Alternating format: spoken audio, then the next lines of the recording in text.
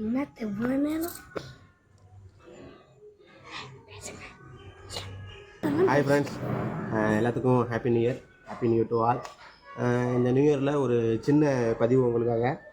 ஒன்றும் இல்லை, இது பேர் வந்து நீலப்பயிறுன்னு சொல்லுவாங்க. ஒரு சில இடத்துல சீனிக் பயிறுன்னு சொல்லுவாங்க. சொல்லப்போனால் நம்ம கிராமத்தில் சொல்கிற பேர் வந்து பிராண்டை.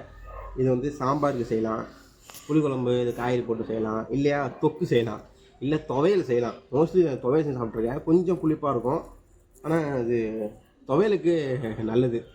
துவையலுக்கு மட்டும் இல்லை ஃப்ரெண்ட்ஸ், நம்ம சரீரத்துக்கே நல்லது.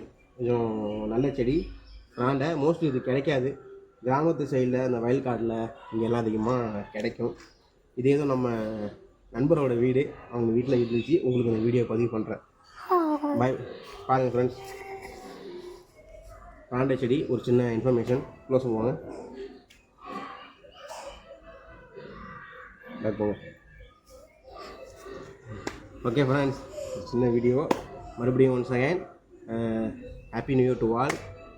வீடியோ லைக் பண்ணுங்கள், ஷேர் பண்ணுங்கள், கமெண்ட் பண்ணுங்கள், மெயினாக சப்ஸ்கிரைப் பண்ணுங்கள், ஃபாலோ பண்ணுங்கள். நீங்கள் சப்போர்ட் பண்ணுங்கள்.